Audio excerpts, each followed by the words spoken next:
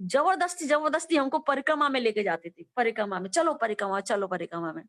तो मैंने एक बार परिक्रमा में जा रहे थे, तो जब परिक्रमा में जा रहे थे गुरु महाराज, तो बस नीचे खड़ी थी।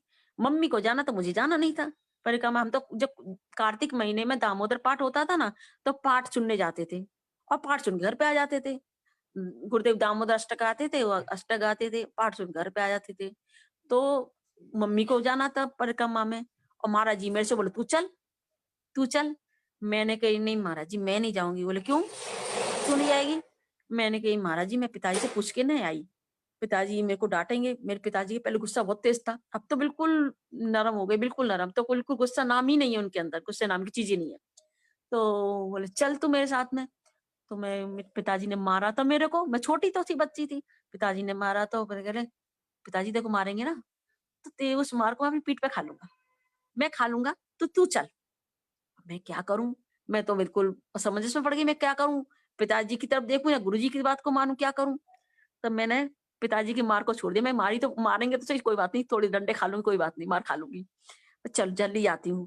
तो गुरुजी के पास से चली गई, और चली गई तो उस दिन परिक्रमा में बड़े लेट हो गए, अंधेरा हो गया। नहीं तो आ जाते 4-5 बजे तक, लौट के आ जाते, अंधेरा होने से पहले लौट के आ जाते, लेकिन लौट के नहीं आई, देर हो गई। अब देर हो गई तो अब मेरे को तो बहुत डर लगे, अंदर घर में घुसने में डर लगे कि आज तो अच्छे सारे डंडे मेरी पीठ पे पड़ेंगे, आज तो बहुत डर लगे मेरे को। तो मैं जब डरते डरते अंदर गई, और गुरुजी की इतनी कृपा, इतने दयालु गुरुदेव, कि मेरे पिताजी ने मेरे से यूं नहीं कहा कि तू कहाँ गई थी और क्यों गई थी, मेरे बिना पूछे कैसे गई, कुछ भी नहीं कहा।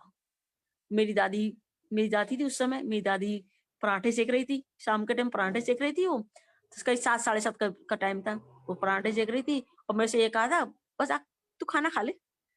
मेरी मेरी दादी ने मेरे से कहा, खाना खा लूं ना, दादी ने कुछ कहा ना पिताजी ने, किसी ने भी कुछ नहीं कहा।